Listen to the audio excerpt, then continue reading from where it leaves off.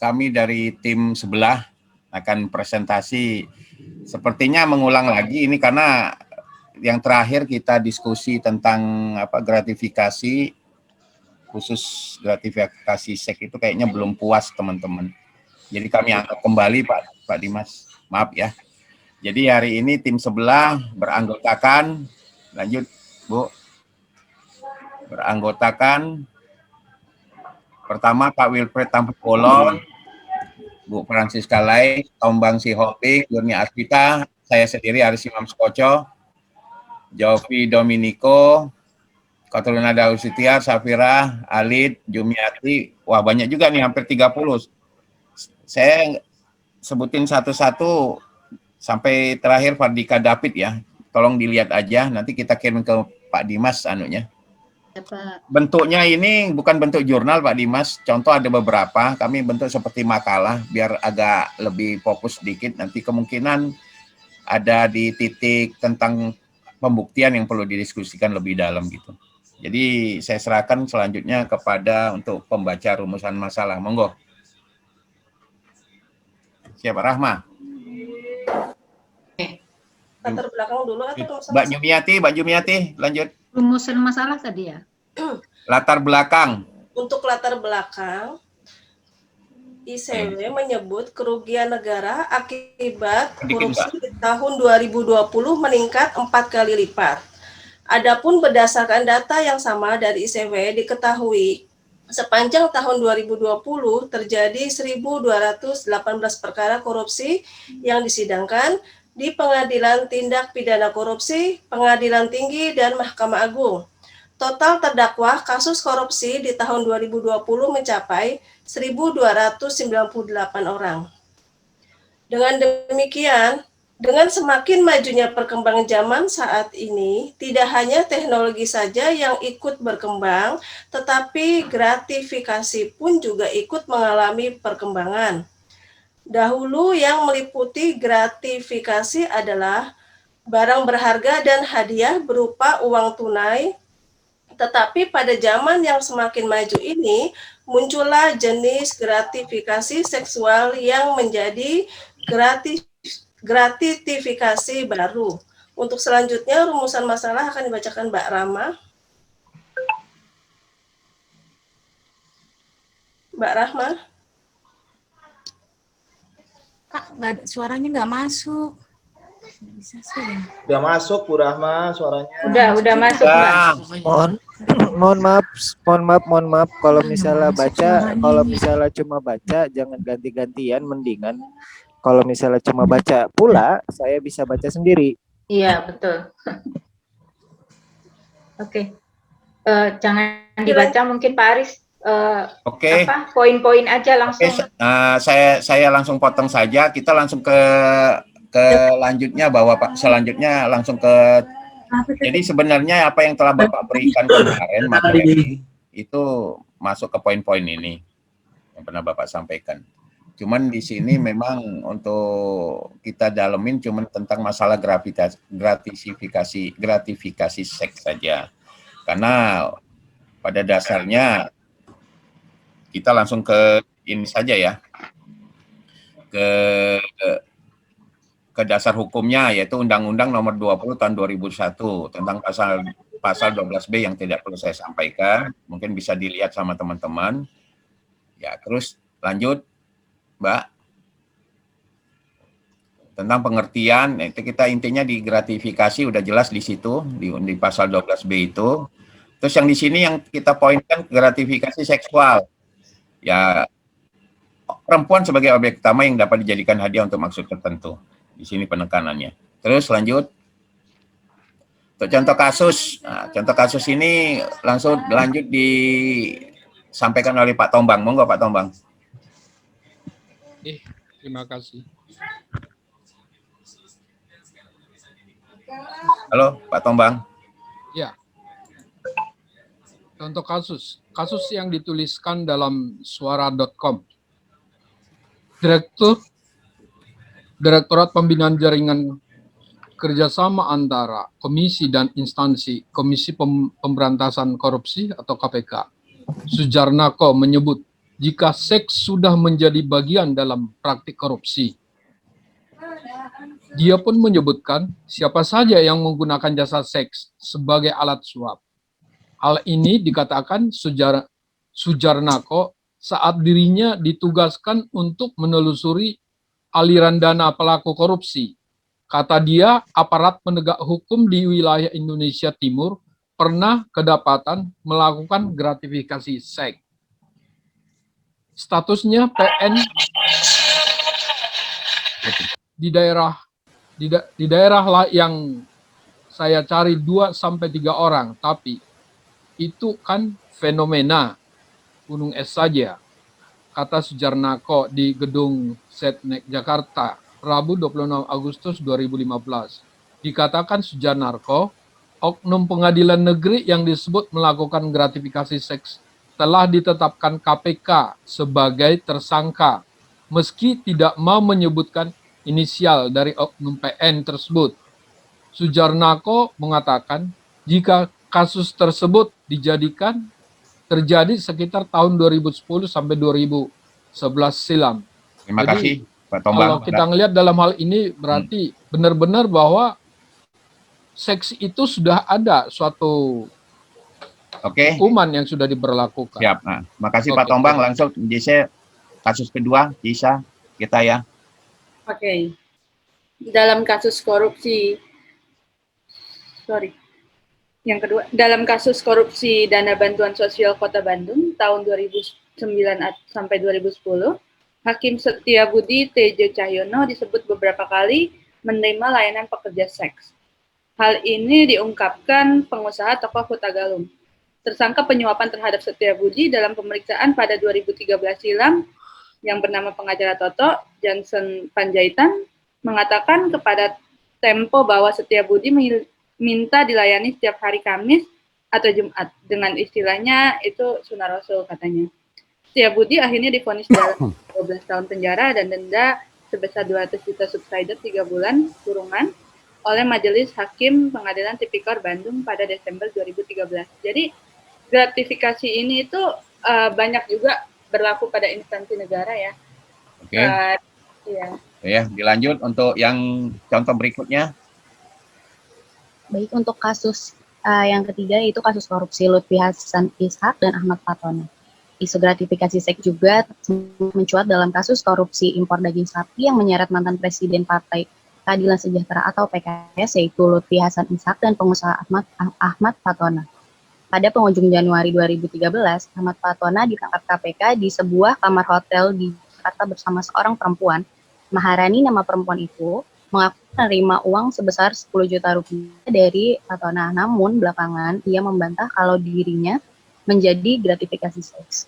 Meski bentuk gratifikasi ini diakui ada, pembuktiannya tidaklah mudah. Pasalnya belum ada dasar hukum yang secara eksplisit menyebutkan layanan seks sebagai gratifikasi. Hal itu pernah diakui ex-komisioner KPK, yaitu Adnan Pandupraja.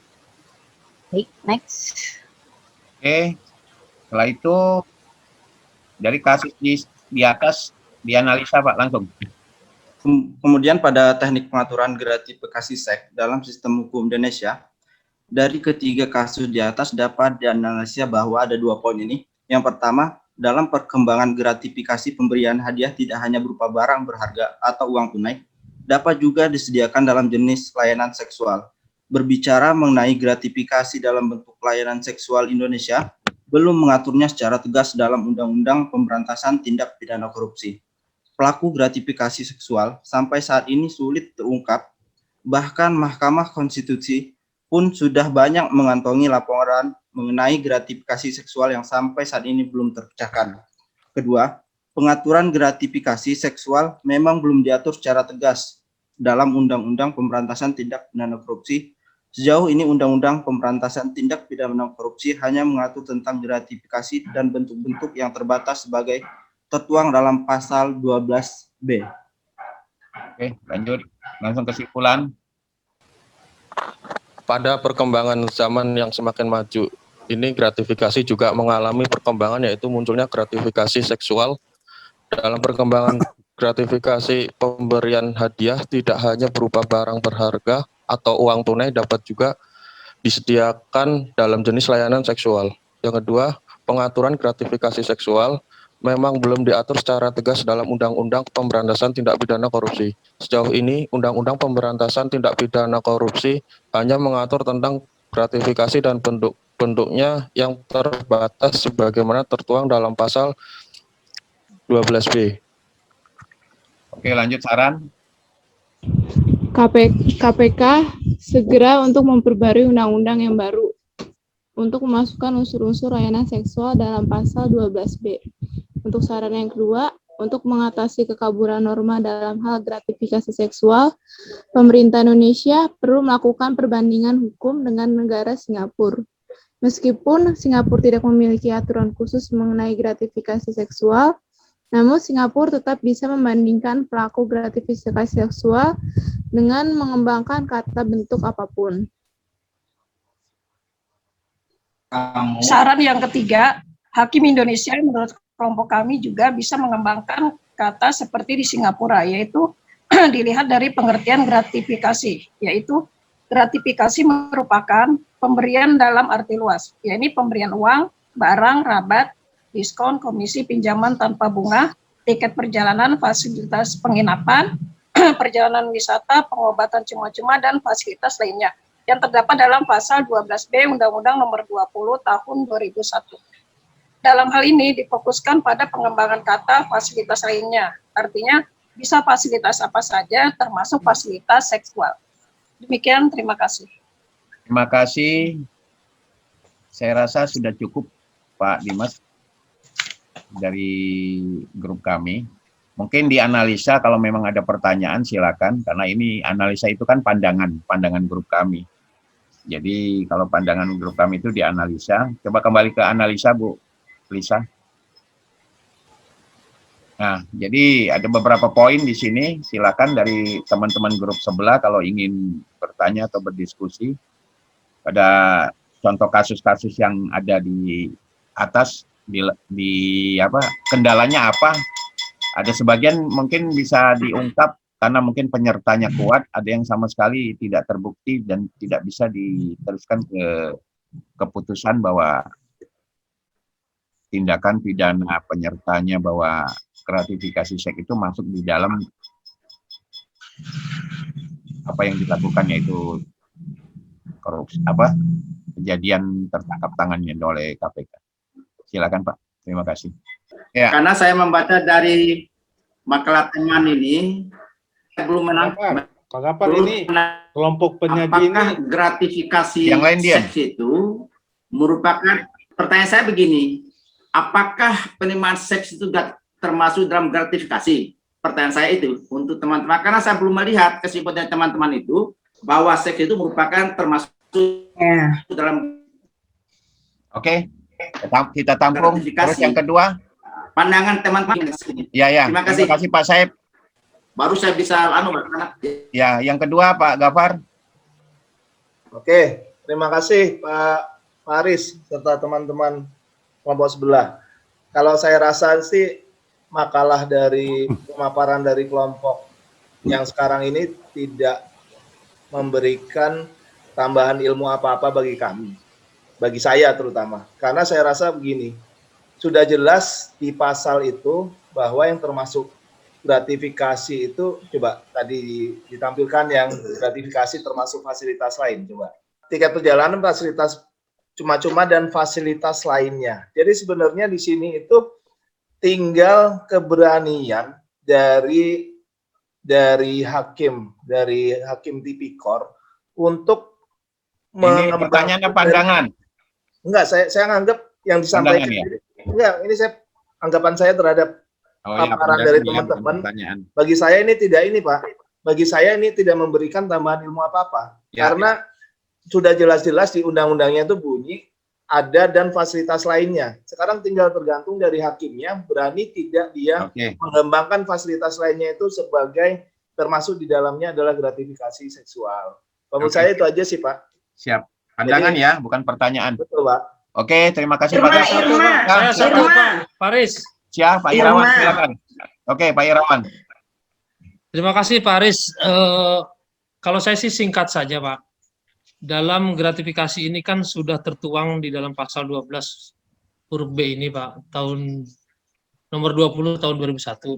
Artinya dalam pemaparan tentang gratifikasi seks ini, ada nggak dasarnya bahwa lembaga atau apa yang menyatakan bahwa pemberian seks ini menjadi dasar gratifikasi? Itu tadi sepakat apa yang disampaikan Pak Gapar. Jadi harusnya kalau toh memang ini menjadi gratifikasi, poin terbesar adalah hakim yang menentukan atau Oke, hakim terima yang kasih. memberikan ini. Sama ya. Tambahannya mungkin itu Pak Aris. Oke, terima kasih Pak Yan. Close. Saya deh, saya Silakan. tambah beda nih, beda. Halo, dengerin. Saya tutup dulu, kita jawab dulu ya. Silakan. Oke. Pak Wil, Pak. Saya Silakan bisa. jawab. Pandangan, bisa kalau kasih- pandangan. Bisa Saya Pak, bi- pandangan itu saya sambil lupa ini- jawaban. Silakan. Nanti kita tanya. Saya dulu Pak Aris boleh? Ya, monggo Pak, Bu. Ya, saya mau menanggapi dari beberapa pertanyaan ini. Ya, Memang satu aja Bu, satu aja Iya, Bu. 1, 2, 3 ini saling berkaitan masalahnya Pak Aris ya.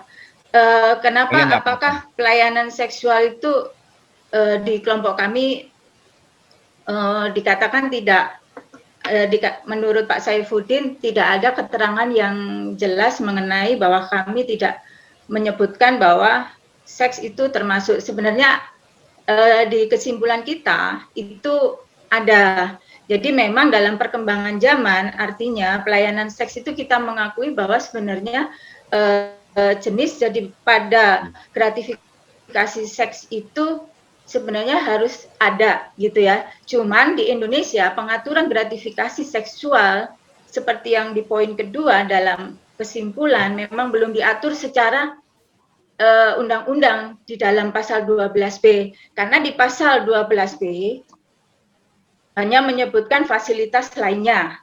Jadi kalau kita kembalikan lagi untuk pertanyaan Pak Gafar yang nomor 2, sebenarnya sudah menjawab di Saya kita nggak nanya, masukkan Bu, saya nggak nanya loh. Tanggapan. Tanggapan. Maksudnya saya juga memberikan tanggapan atas. Berarti kesimpulan saya gini, kesimpulan dari kelompok ini adalah bahwa gratifikasi seksual itu harus dituliskan dalam undang-undang. Ya, intinya itu. Padahal gini, di pasal 12B itu, pasal 12B itu bukan. ada fasilitas. Jadi tolong saya bicara ini. Tolong saya selesai bicara dulu. Oke. Tolong saya bicara dulu. Interupsi dulu, masalahnya saya bukan bertanya. Enggak, saya Cuma harus bilang, selesai bicara dulu ya, mungkin ya. Maksudnya gini, Ibu salah persepsi dulu. Saya tidak bertanya, Bu. Iya, Saya tidak bertanya loh, gitu loh. Ya, ada hubungan dengan nomor 2 aja. Maksudnya terus. ada jadi begini, memang gratifikasi seksual seperti kenapa kita masukkan di saran, karena memang tidak tertulis di dalam undang-undang secara tegas.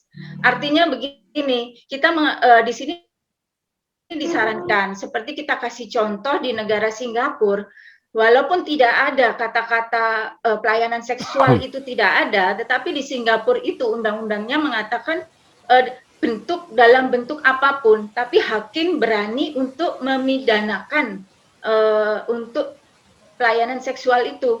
Tetapi kalau di Indonesia itu memang belum keyakinan hakim karena mungkin banyak faktor gitu kan, banyak faktor. Ibu setuju dengan pendapat saya? Nggak gini. Iya, makanya karena saya sudah tulis di saya sudah tulis di saran. Kenapa saya tulis di saran? Jadi gitu loh.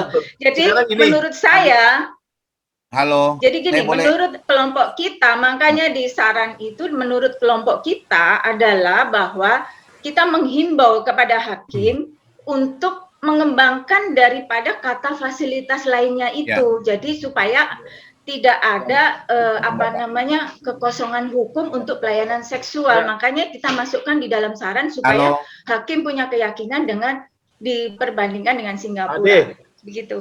Saran dari kelompok ini nomor 1 dan nomor 3 itu nggak nyambung, kontradiksi. Nggak nyambung tuh. Di nomor 1 itu ingin memasukkan unsur, berarti harus tertulis secara tegas seksual masuk. Tapi di pasal 3, yang nomor 3 itu sarannya sesuai dengan pendapat saya. Itu sudah jelas-jelas tertulis dalam pasal 12B itu termasuk fasilitas lainnya. Berarti kan sama saja dengan yang ada di Singapura. Tinggal keberanian dari hakimnya untuk memasukkan gratifikasi seksual itu sebagai bentuk lain dari korupsi. kalau ditulis secara tegas, misalnya seksual masuk, nanti beda lagi. Kita harus lebih rinci lagi. Seksual dengan wanita Indonesia atau wanita luar, dengan laki-laki atau perempuan, dengan manusia atau dengan binatang. Akhirnya larinya seperti itu. Undang-undang dibuat lebih tidak terlalu kaku itu tujuannya agar bisa dikembangkan nanti. Ya, oke. Begitu. Terima kasih Pak Gafar. Itu penulisannya juga salah itu. Masa KPK bisa mempengaruhi undang-undang? Dari kapan KPK bisa bikin undang-undang? Betul. Ada pihak yang bisa, udah jelas. Ya, itu oke. DPR itu. Itu Terima salah kasih. salah pengetikan itu. Salah pengetikan. Kembali ke contoh Mbak Siska contoh. Sebenarnya ini dua kelompok ini kontra apa pro-buang kan? Dari sebenarnya pada kan? intinya apa yang disampaikan Pak Gafar itu benar. Karena di contoh saja sudah disebutkan bahwa dari beberapa kasus itu hanya beberapa yang bisa dikategorikan bahwa gratifikasi seks itu masuk bagian dari tindak pidana korupsi. Di sini kami sebagai kelompok yang mengangkat isu, bukan isu sih sebenarnya, bahwa gratifikasi seks itu memang harus punya bagian tersendiri untuk dijadiin bagian dari pasal gitu. Jadi walau dimasukin dalam gratifikasi tapi harus jelas gitu. Kenapa Pak harus jelas? Berarti harus tulis. Ya, kalau yang ini pandangan grup ya, kan kata Pak Dokter atau siapapun yang mengerti tentang hukum bahwa yang namanya pandangan itu tidak ada yang salah gitu. Jadi kita tapi nggak boleh lemah Pak, harus kuat.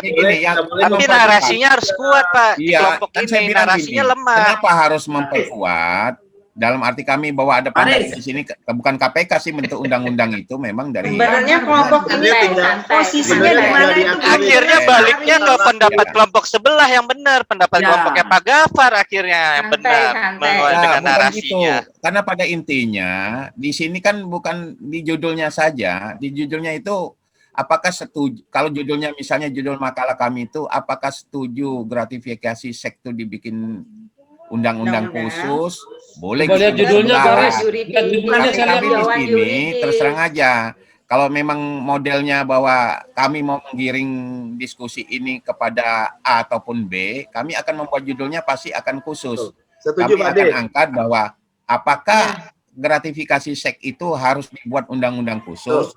Itu baru kita berdebat sampai ibarat kata kita lihat di saran, di sarannya. Tapi kalau dari saran, saran nomor 1 dan 3 itu kontradiksi, Pak De. Ya, udah gini, enggak kontradiksi. Yang namanya saran tidak kontradiksi. Kenapa saya bilang tidak kontradiksi? Karena saran itu kan ada beberapa poin yang perlu disampaikan. Dan ibarat kata di antara 3 saran itu mana yang diterima gitu. Jadi pada intinya itu saja. Kalau sampai ibarat kata, kalau tiga saran itu memang harus keterkaitannya harus ada, harus nyambung memang harus ada. Kenapa? Antara 1, 2, 3 itu nyambung. Karena di saran itu udah disebutkan bahwa pada intinya kami menghendaki itu ada perubahan gitu. Betul. Jadi kalau memang di situ dipersoalkan sama grup sebelah bahwa kami nggak setuju ada perubahan, ngikutin aja dengan keputusan yang di pasal 12. Dilihat di saran nomor 1. Nah, di saran itu kami menghendaki perubahan. Boleh Kita bikin anu aja. Sorry. Boleh saya join? Sorry. Jadi panas. Ya Pak. Gini. Lebih baik mending gini. Kan ini ada contoh kasus, ada 3 contoh kasus yang terkait gratifikasi seksual. Terus tadi statementnya adalah gratifikasi seksual itu belum secara jelas nyata diatur dalam undang-undang. Lantas kenapa ini 3 orang bisa dipidana gratifikasi seksual kalau misalnya tadi statementnya undang-undangnya belum terlihat jelas? Mendingan mind mapping kasusnya dijabarin dulu aja kenapa dia seperti ini, begini begitu, sehingga nanti nampak nih urgensi gratifikasi seksual itu gimana gitu. Lebih baik sih gitu, saran aja sih Pak. Siap. Biar nggak ngelantur gitu. Mas Dimas, izin kalau untuk kasus ini juga sebenarnya belum jelas. Contoh di kasus Lutfi Hasan. Tadi. Iya Om. Jadinya kan nanti kan tergambar nih urgensi bahwa untuk menjelaskan gratifikasi seksual tuh ini gitu. Iya betul. Masalahnya si siapa namanya Ahmad Fatana itu dia ditangkap karena gratifikasi berupa uang yang kita tidak tahu, karena tidak dijelaskan di sini, atau karena gratifikasi seksual yang di hotel itu.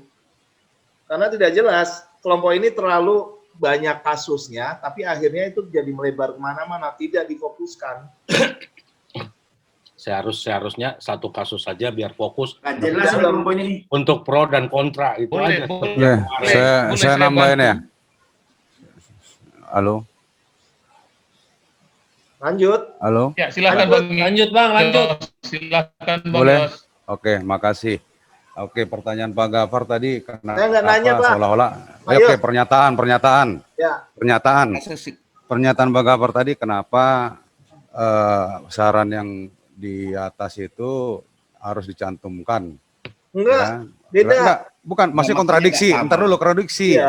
Sabar Pak Gafar, sabar. Ya masalahnya kalau Jadi, misalnya nggak benar artinya, harus diluruskan dulu, Pak. seolah-olah ada sebelum- kontradiksi. Sebelum jauh, Sebentar. kalau salah harus diluruskan Ya. dulu. Kita catat dulu tadi. Jadi gini, seolah-olah kesannya ada kontradiksi ya. Saran kelompok kami itu yang pertama harus dicantumkan secara jelas, kemudian di saran kedua ya, yang saran yang berikutnya itu melakukan komparasi dengan Singapura walaupun tidak dinyatakan tidak nyata benar tidak dinyatakan secara jelas bahwa gratifikasi seksual itu dalam undang-undang mereka itu mereka tetap hakimnya bisa memutuskan bahwa terdakwa itu menerima gratifikasi seksual. Nah, kembali ke kasus Lutfi Hasan tadi mana coba? Yang PKS. Oke. Nah, banyak memang kasus ya. Itu tadi kasus sebelumnya bisa kita lihat seperti yang di Bandung sama yang sebelumnya tadi juga ada kasus yang pertama itu bisa dinyatakan bahwa si terdakwa itu menerima gratifikasi seksual, tetapi khususnya di kasus kedua tadi yang dagang sapi ya, kasus daging, nah itu tidak bisa dinyatakan karena yang kasus sapi yang sebelumnya. Nah, ini kan tidak bisa dinyatakan secara jelas bahwa itu gratifikasi seks karena sulit dalam pembuktiannya, gitu kan, dalam pembuktiannya. Jadi memang kalau kita lihat memang di dalam kasus-kasus tipikor ini, ya khususnya yang ada gratifikasi seksual, memang berbeda-beda. Ada yang bisa dibuktikan, diputuskan bahwa itu gratifikasi, ada yang tidak. Contoh yang kasus Lutfi Hasan tadi, ya sebelumnya Pak, sebelumnya. Ini ya Lutfi Hasan ini kan tidak jelas dikatakan bahwa itu gratifikasi seks karena tidak bisa dilakukan pembuktian terbaliknya dengan jelas gitu kan. Makanya saran kita itu melihat yang pertama tadi melihat bahwa tidak bisa ditunjuk langsung bahwa itu gratifikasi seksual. Memang saran kami itu supaya ada undang-undang yang baru untuk dituliskan itu. Kenapa saya bilang, kenapa kelompok kami mengatakan demikian? Kembali lagi, ya perubahan Undang-Undang 2399 kepada Undang-Undang 20 2001, ya itu juga bisa kita lihat ya. Salah satu sebabnya itu adalah untuk untuk menghindari keragaman penafsiran hukum, ya, sehingga ditambahkan di Undang-Undang 20 itu, ya, masih disisipkan apa yang dituliskan di dalam Undang-Undang 3199, yaitu khususnya di pasal 12B, ya, itu sebenarnya supaya antara lain itu keragaman penafsiran itu. Makanya di Undang-Undang 20 itu jelas dikatakan gratifikasi itu apa, seperti tadi di pemaparan kami definisi daripada gratifikasi, ya. Dan di definisi gratifikasi itu jelas dikatakan memang di awalnya di kalimat awalnya itu pengertian secara luas dalam pemilihan arti luas ya, arti luas kita garis bawahi, kemudian fasilitas lainnya. Makanya boleh-boleh saja kelompok kami membuat saran dalam hal ini, boleh-boleh saja juga kami ya, kenapa tidak seperti Singapura? ya, lakukan komparasi, perbandingan, ya. Kenapa Singapura berani? Karena memang kalau kita bedah pasalnya itu atau pengertian daripada gratifikasi itu atau pasal 12B itu, kalau kita bedah memang unsur-unsurnya terpenuhi kan. Misalnya mulai dari pelakunya adalah PNS atau penyelenggara negara. Kemudian dia menerima gratifikasi tersebut terkait dengan kewenangannya ataupun jabatannya, ada hubungan pekerjaan. Selama itu bisa dibuktikan, sebenarnya kenapa tidak? Nah, itu yang dilakukan oleh Singapura. Nah, makanya boleh-boleh saja kelompok kami memberikan dua saran yang kami pikir seolah-olah kontradiktif, tetapi kalau menurut kami itu tidak kontradiktif. Kontradiktif yang pertama kami kasih saran seperti itu kembali lagi karena histori atau jurisprudensi putusan tipikor selama ini tidak bisa semua yang ada gratifikasi seksualnya itu diputus bahwa itu adalah gratifikasi seksual. Yang kedua, ada juga dari putusan-putusan jurisprudensi itu bahwa itu gratifikasi seksual. Tadi contoh kasus dari 3 yang kami sampaikan, 2 itu diputus bahwa itu adalah gratifikasi seksual. Artinya apa? Ternyata hakim Indonesia itu bisa juga melakukan apa yang seperti dilakukan oleh Singapura. Artinya gitu. Makanya kenapa nggak di dalam saran kami itu ada 2 saran itu, Pak Dr. Gafar. Kurang lebih begitu penjelasan kami. Terima kasih. Terima kasih, Bang Yos. Saya tambahkan sebelum Pak Dokter barangkali saya tambahkan. Baik, terima kasih. Perlu kita pahami bahwa kasus kita ini kan topiknya gratifikasi. Ya toh, gratifikasi itu per definisi sudah kita ketahui bersama. Semua pemberian baik barang maupun jasa. Sehingga ada disebut di situ fasilitas lainnya. Fasilitas lainnya dengan jelas itu bisa diartikan termasuk ke dalamnya adalah seks. Setuju. Ya, sehingga di makalah kami ini menjawab pertanyaan Pak Sarifudin bahwa kami menjelaskan bahwa seks itu bagian dari gratifikasi. Itu pertama. Kepada pernyataan Pak Gafar bahwa bro, hakim itu tidak bisa menentukan sebuah memutus undang-undang melebihi yang disangkakan oleh jaksa. Kalau jaksa tidak menyebutkan gratifikasi seks di dalam dakwaannya, bagaimana mungkin hakim bisa memutuskan itu gratifikasi seks? Jadi keberanian hakim untuk memutuskan itu dibatasi oleh tuntutan jaksa. Sehingga kalaupun meluruskan pernyataan Pak Gafar, harusnya di tingkat penyidikan yang harus membuat tuntutan bahwa gratifikasi seks merupakan sebuah bentuk gratifikasi. Harusnya di tingkat penyidikan. Setuju, Pak. Gitu ya. Nah, setuju, Bung. apa kendalanya? Kenapa di dalam tuntutannya jaksa tidak pernah menyebutkan itu gratifikasi seks? Punya kendala, Pak.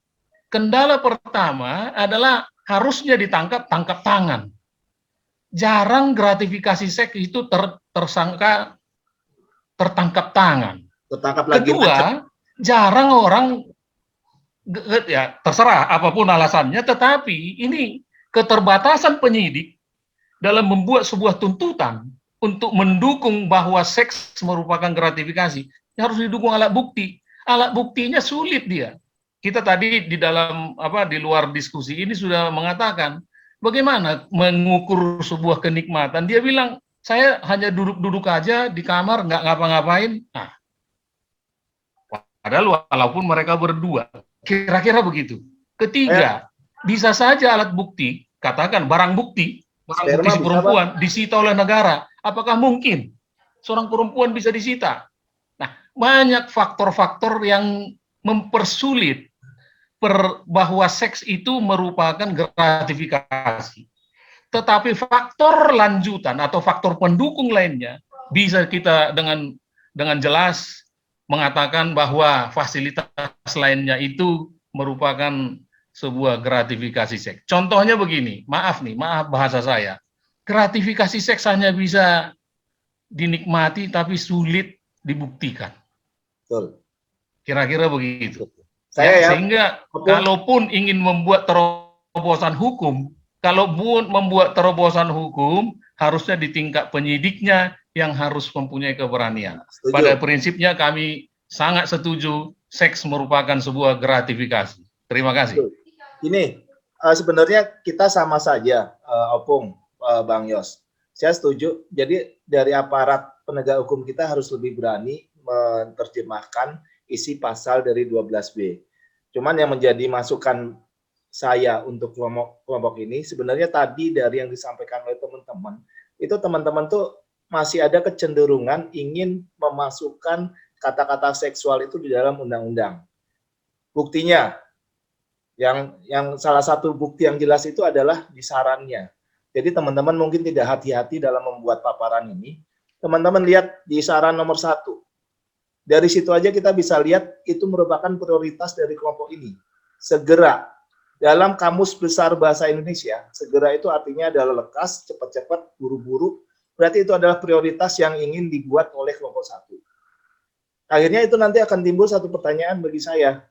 Jika itu dimasukkan dalam undang-undang, apakah akan menjadi lebih mudah pembuktiannya? Jadi saya sebenarnya makanya saya bilang kelompok ini acaranya itu kontradiktif. Mereka terkesan ingin memasukkan kata-kata ini dalam undang-undang yang sebenarnya itu di undang-undang kita itu sudah persis seperti Singapura, tinggal keberanian dari aparat penegak hukum kita. Jadi Opung tadi saya salah mungkin hanya menyebut keyakinan hakim. Memang dari tahap penyidikan itu harus sudah mulai dilakukan. Jadi penyidik harus sudah mulai memasukkan itu, memperluas arti yang ada dalam pasal tersebut. Terima kasih. Pak Faris, saya bukan tapi sedikit agak riset sedikit, Pak. Katakanlah saran dari teman-teman memperbarui ya, bahwa fasilitas lain itu adalah seks. Pertanyaan selanjutnya adalah seperti Dr. Gafar tadi, susahnya pembuktian itulah yang memang yang menjadi pertanyaan jaksa, sehingga jaksa sendiri pun tidak berani memasukkan di tuntutannya. Karena sulit dibuktikan itu loh. Itu pertanyaan saya mendasar, Pak. Oke, terima kasih Pak Saifuddin. Jadi kalau dibilang yang disampaikan oleh Pak Yos, Pak Wil itu ya itu sudah menjawab 3 pertanyaan atau 2 pertanyaan dan pandangan dari Pak Gafar. Ada tambahan lain teman-teman? Oke, untuk ini tambahan yang Pak Saifuddin pertanyaannya itu sulitnya pembuktian terbalik. Jadi begini, kita memang saat ini membahas tentang gratifikasi seksual. Tapi kembali lagi kita harus ingat bahwa ini adalah Undang-Undang Tipikor, korupsi. Nah, pertanyaan saya nih kepada kita semua coba, apakah mungkin hanya karena gratifikasi seks seseorang itu maksudnya diburu, padahal gratifikasi seks sama-sama tahu kita ada yang di bawah 10 juta. Kita sama-sama tahu Undang-Undang Tipikor itu mengatakan di bawah 10 juta adalah tugas jaksa, ya. Di atas 10 juta itu tugas daripada si terdakwa sendiri untuk membuktikannya. Nah, pertanyaannya gini, memang saat ini kita membahas gratifikasi seks. Apakah mungkin hanya karena gratifikasi seks dia diburu oleh KPK? Kalau menurut saya tidak. Karena ini memang harus ada yang lain. Dia apakah terima uang atau kenikmatan lainnya, ini hanya pelengkap saja tambahan gitu Pak Saifuddin. Makanya pembuktian terbaliknya seharusnya dari korupsinya dulu nih. Korupsinya. Nah, mungkin di dalam korupsi itu, di dalam penyidikan, ditemukan ini bahwa ini ada, katakanlah dari rekaman, ada historinya bahwa dia diberikan juga gratifikasi seks. Nah, pembuktian terbaliknya harus sama-sama kalau menurut kami. Nah, inilah nanti misalnya diatur lebih baik lagi di undang-undang yang berikutnya. Jika saja misalnya diperbaiki undang-undang tipikor kita sekarang, ini juklaknya atau bagaimana kitab hukum acaranya itu dikasih gitu, dikasih gitu di dalam undang-undang itu untuk perbaikannya gitu loh. Karena kalau hanya karena gratifikasi seks nggak mungkin lah saya rasa itu diburu gitu loh Pak. Terima kasih Pak Saifuddin. Ya Pak. Oke, menambahkan pertanyaan untuk kita juga semua. Kira-kira seks itu mempengaruhi keputusan nggak yang akan dibuat oleh sebuah pejabat negara? Kalau dikasih seperti kata Pak Yos tadi, dikasih perempuan, Mempengaruhi. itu mempengaruhi keputusannya enggak? Mempengaruhi. Dia hobi, Pak. Mempengaruhi, Pung. Nah, mempengaruhi kan, Hobi berarti kalau itu bisa dibuktikan oleh penyidik tadi, kesulitan kita itu teratasi. Karena unsur dari gratifikasi itu adalah membuat keputusan yang bertentangan dengan jabatannya. Iya toh? Barangkali di situ. Kemudian beban pembuktiannya, Pak. Beban pembuktiannya dalam gratifikasi seks menurut kami sih seperti kata Pak Yos tadi adalah pembuktian terbalik atau berimbang, katakanlah 50-50, jaksa juga membuktikan atau penyidik juga membuktikan, si terdakwa juga harus membuktikan, gitu ya. Bebannya di mana jadinya sekarang pembuktian terbalik, pembuktian gratifikasi seks? Karena memang nggak mungkin kita OTT ya, lagi begitu, nggak mungkin, pasti udah selesai. Itu demikian Pak, terima kasih. Bisa saya tambahin sedikit Pak Aris. Ya, lanjut Pak Tombang, waktu masih ada. Jadi gini, saya sepakat dengan yang Pak Opung. Jadi yang kita uber itu bukan semata-mata sebetulnya gratifikasi seksnya. Jadi seseorang itu memberikan gratifikasi seks itu kan ada tujuan tertentu. Jadi sebetulnya yang tujuan tertentunya itu yang lebih besar, yang harus diamankan. Cuman gratifikasi itu adalah salah satu media untuk dia mencapai sesuatu tujuan yang lebih besar kemudian. Kalau seksnya itu ya mungkin ya hanya sampai 50 juta. Mantap Pak. Hanya 50 juta, tapi sebetulnya di baliknya itu untuk bisa mendapatkan sesuatu sampai 1 triliun.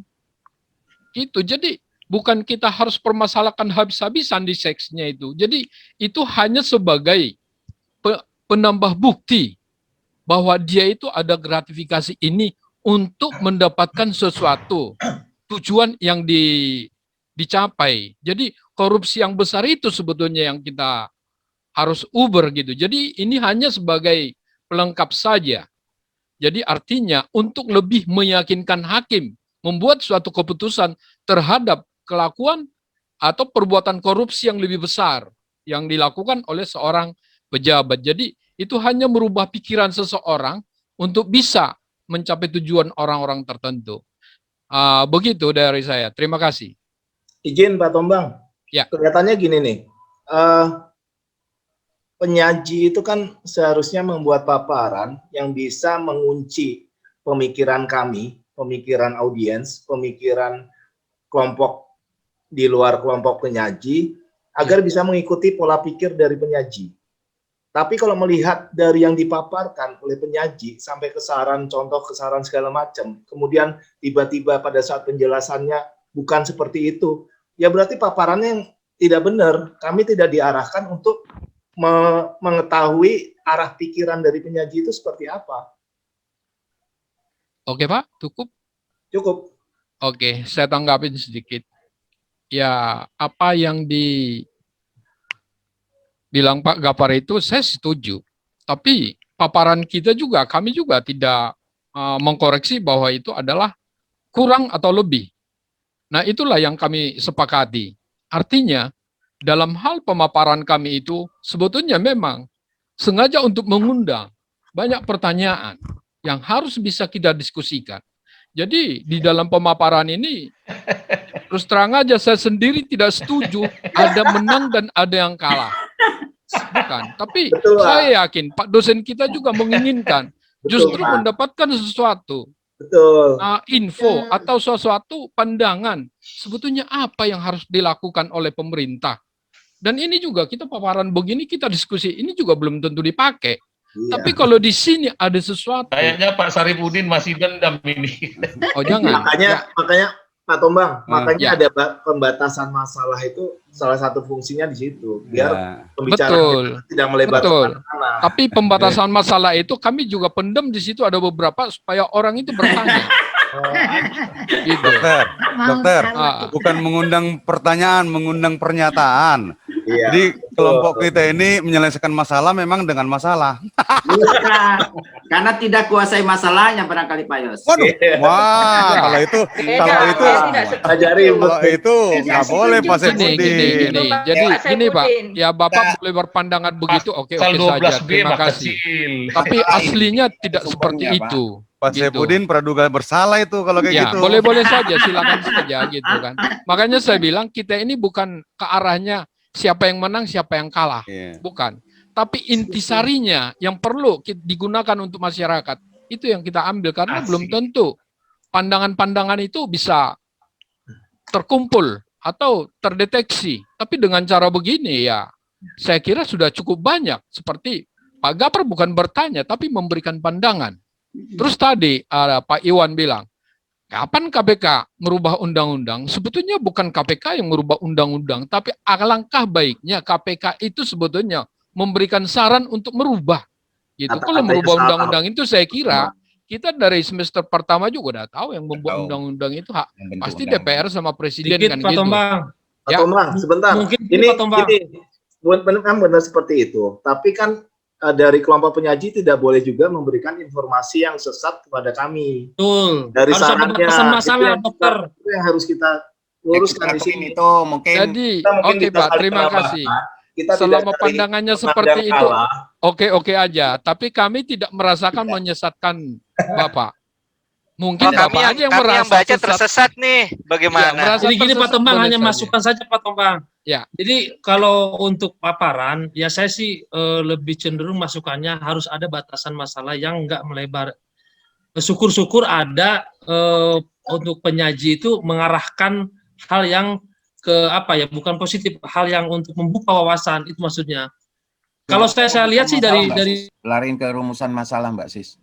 Ini kayaknya Batasan masalah sih kita sudah jelas kok masalah seks. Bukan, kelompok ini nggak ngikutin opung dari awal. Coba ngikutin opung tuh. Udah gini, ini halo. Opung mantap tuh Katanya tadi. kan saya anu ya. Kalau yang KPK itu memang salah ketik kemungkinan nih. Saya juga nggak kontrol. Tuh diakui ya.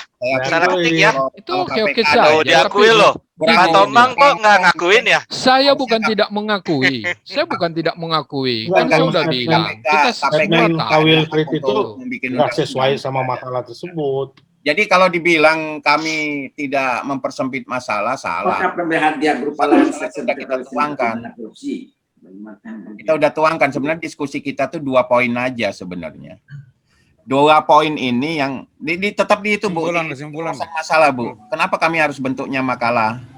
Rumusan masalah. Coba lihat. Yang nomor 2 belum ada nih jawabannya ini. Ya, ini halo. Rumusan masalah. Rumusan masalahnya loh. Halo. Nah, dari kesimpulan nggak ada ini. Nggak ada.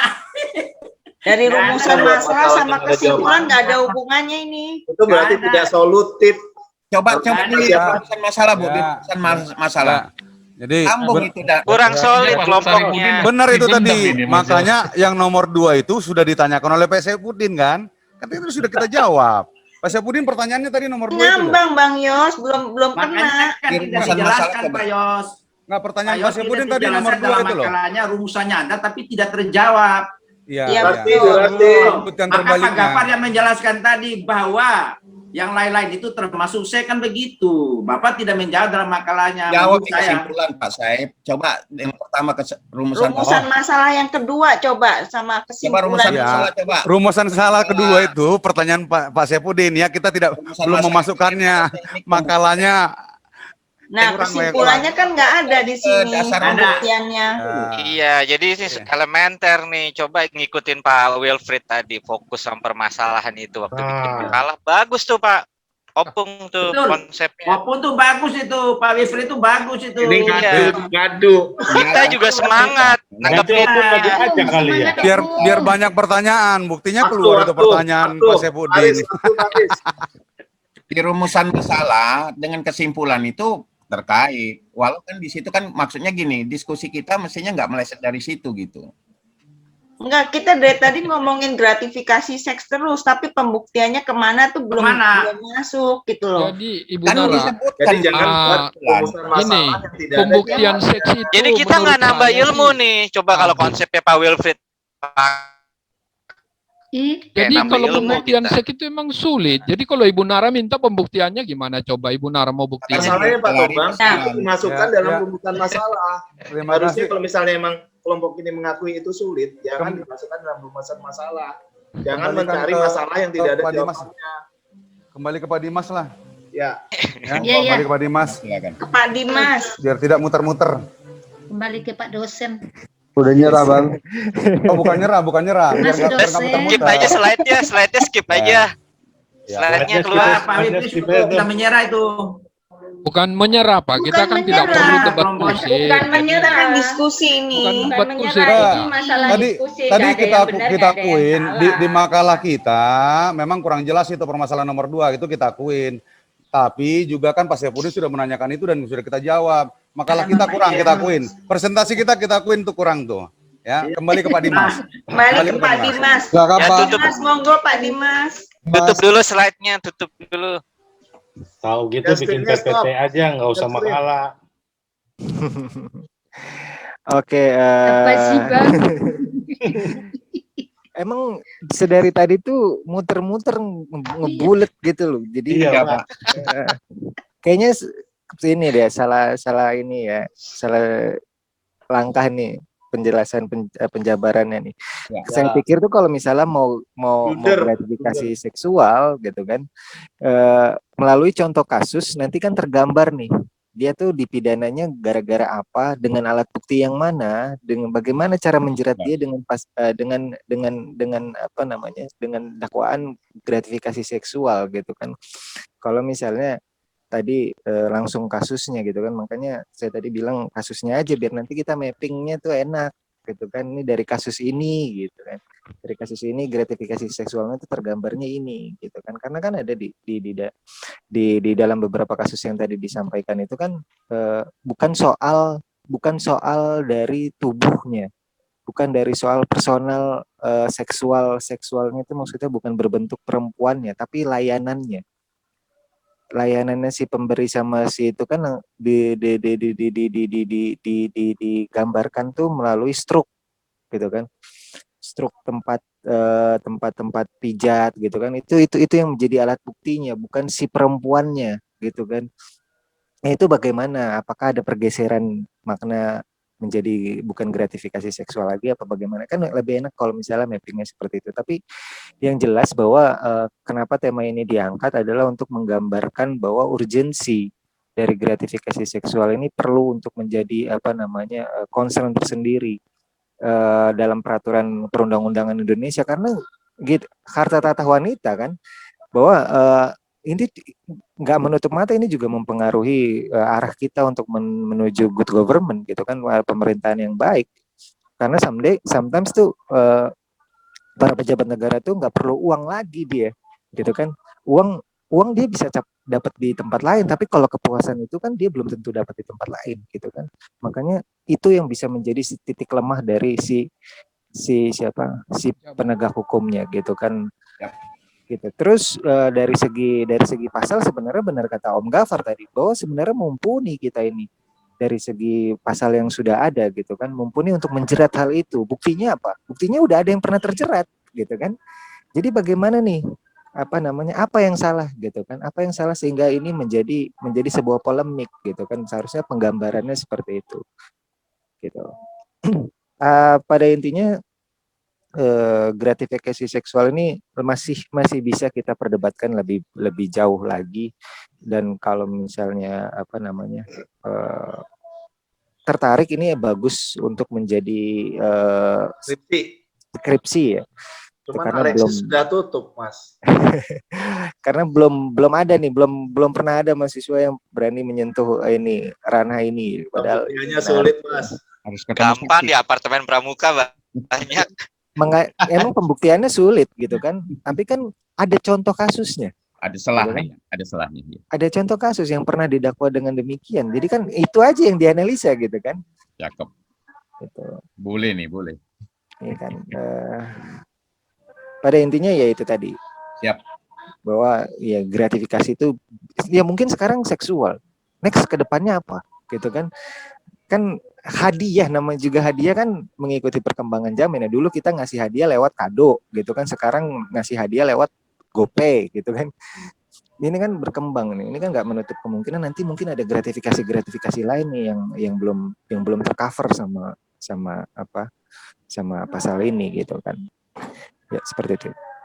Oke, ada yang mau ditambahkan? Dimas. Ya. Sedikit Pak, saya ingin tanyakan. Walaupun tadi sudah terjawab oleh teman-teman ya. Menurut pendapat Dimas yang barangkali sudah pakar ya sekarang ya di hukum pidana barangkali. Itu mengapa sih salah satu seperti penjelasan Pak Dr. Gafar tadi, hakim tidak berani menjatuhkan hukuman bahwa seksual itu belum gratifikasi gitu. Ini saya belum melihat dari beberapa penyelenggara itu yang dijatuh dengan bahwa seks itu merupakan gratifikasi gitu loh. Itu mau pandangan Bapak mengapa itu Pak ya? Bapak sudah pakar ini, tanyanya nih. Kalau saya masih mahasiswa Pak, cuma penyelenggara negara aja. Saya juga masih mahasiswa juga. Gitu. Nah, kenapa hakim tuh nggak? Tadi kata statementnya Om Gafar kan, ini hakimnya nih agak apa namanya, nggak berani gitu kan untuk mendakwa atau memvonis bahwa seseorang itu melakukan gratifikasi seksual. Kalau menurut pandangan saya, bukan hakimnya yang tidak berani, gitu kan, tapi para penuntut umumnya yang ragu-ragu, gitu kan. Hakim kan hanya melihat dari apa yang didakwakan ke dia, gitu kan. Kalau misalnya dakwaannya komplit, ya vonisnya sesuai dengan itu, gitu kan. Hakim tuh bukannya mencari masalah, gitu kan, tapi dia memecahkan masalah yang datang kepada dia, gitu. Kalau sedari awal yang datang adalah gratifikasi seksual kepada dirinya, maka dia harus memutuskan hal itu, gitu kan. Nah, sekarang pertanyaannya, kasus-kasus yang datang kepada hakim itu, apakah si penuntut umumnya itu mencantumkan gratifikasi seksual di dalamnya, gitu kan? Gitu loh. Jadi kalau menurut pandangan saya bukan hakimnya yang tidak berani, tapi sedari awal tuh ini kan kita sistem ya. Penegakan hukum kan sistem. Jadi menurut saya itu sedari awal tuh sudah nggak berani untuk memasukkan hal itu, gitu loh. Karena sedari awal tuh kita malah sedari kecil kan kita malah lebih senang nonton perang-perangan dibanding. Saya kirim ke itu salah passwordnya. Jadi Mas, ya. passwordnya Pak Aris. Hah? Pak Dimas boleh tanya Pak Dimas? Iya. Saya boleh nanya?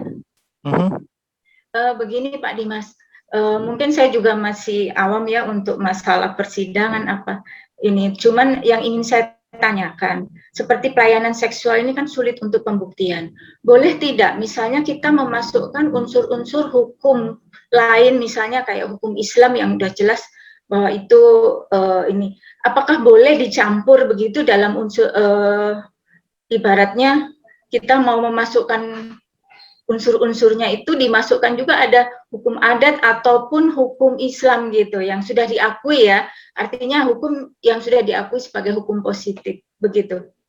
Ya, sedari awal hukum yang berlaku hukum positif ya, hukum positif yang berlaku di Indonesia ini ya ada unsur-unsur agamanya. Perzinahan itu kan sepasang suami istri gitu kan. Ya, di dalam hukum Islam kan udah jelas ada. Maksud saya boleh nggak dikombin antara hukum pidana dengan hukum Islam nggak untuk bisa pembuktiannya? Nggak bisa ya. Untuk nggak pembuktian itu. Bahwa itu benar ini ada fasilitas layanan seks. Misalnya gini, menurut pasal 12B Junto Al-Baqarah ayat sekian gitu maksudnya gitu. Nggak bisa ya. Saya juga bisa, ini agak meraba-raba aja karena ini kan pelayanan seksual ini kan menyangkut norma yang tidak ada kepatutannya gitu loh. Ini kan undang-undang khusus, Bu. Oh, gitu jadi ya. jadi nggak bisa, bukan yang tidak bisa dicampur, walaupun hukum yang berlaku itu ada unsur-unsur agamanya, tapi dalam pengaplikasiannya nggak seperti itu, gitu loh. Sama seperti hukum adat pula gitu kan, emang hukum adat tuh ada kan yang berlaku kayak misalnya norma-norma yang berlaku di dalam masyarakat yang turun-temurun sehingga menjadi sebuah hukum gitu kan. Nah, itu kan itu nggak bisa disertakan ke dalam Unsur ini ya, unsur-unsurnya pasal ya gitu. gitu ya. Oh, oke.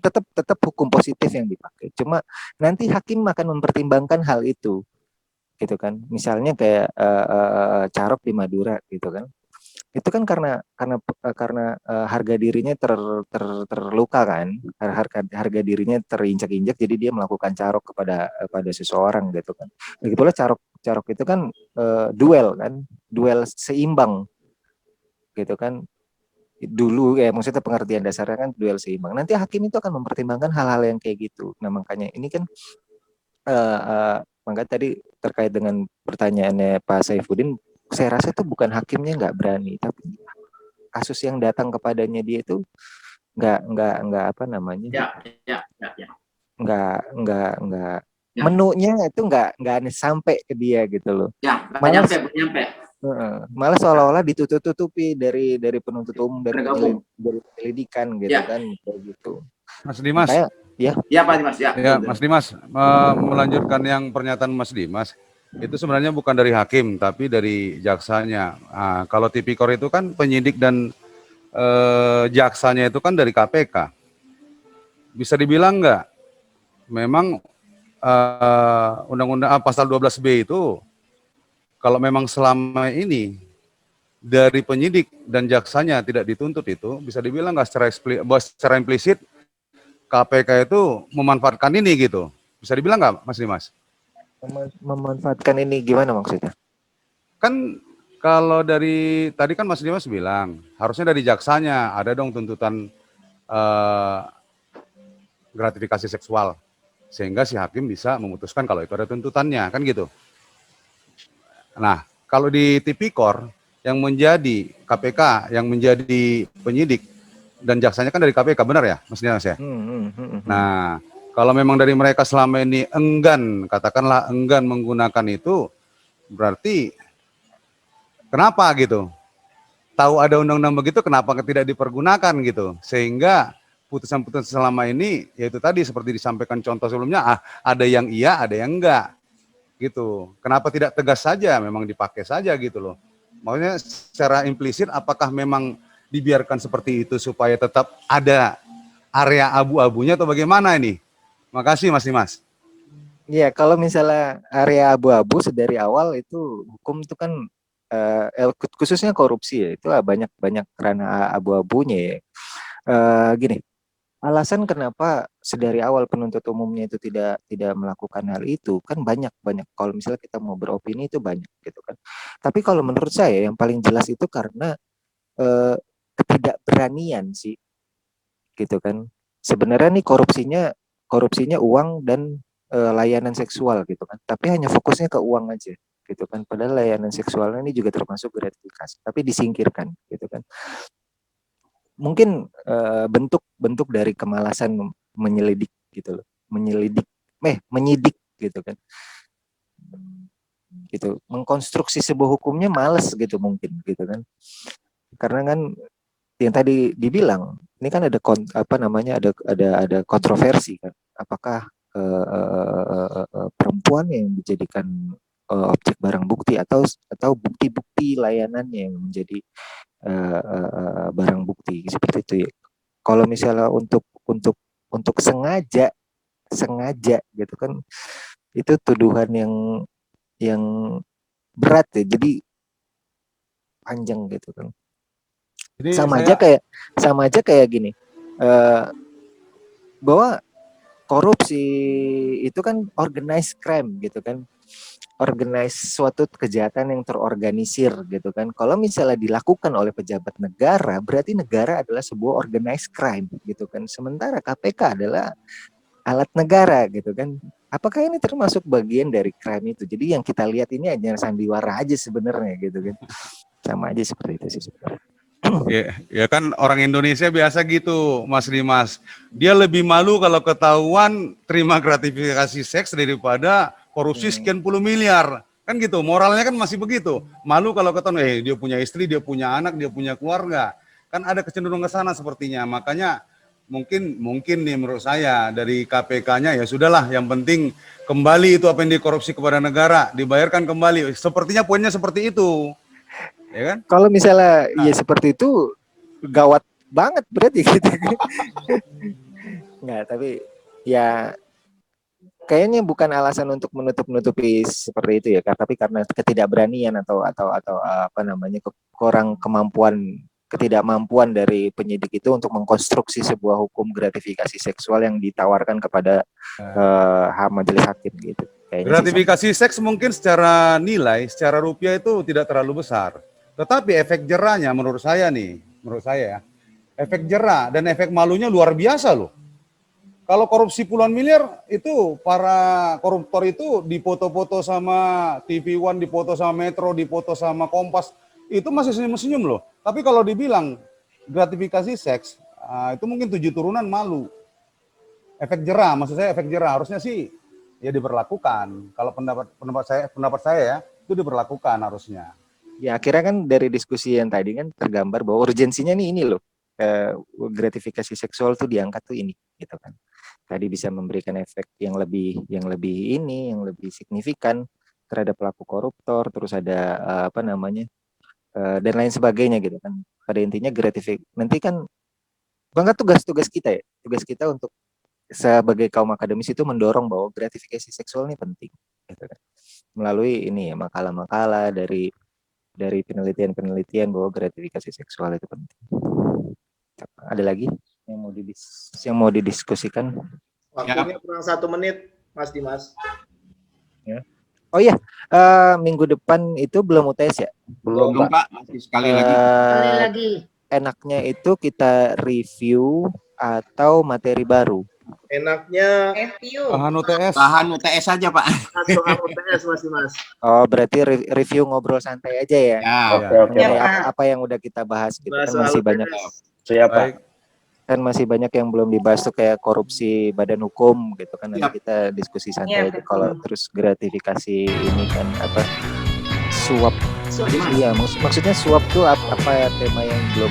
Kalau begitu terima kasih atas atensinya, terima kasih atas pemaparannya, terima kasih atas diskusinya. Terima kasih Pak Dimas. Terima kasih Pak Dimas. Selamat sore, selamat berpuasa, selamat sore, assalamualaikum warahmatullahi wabarakatuh.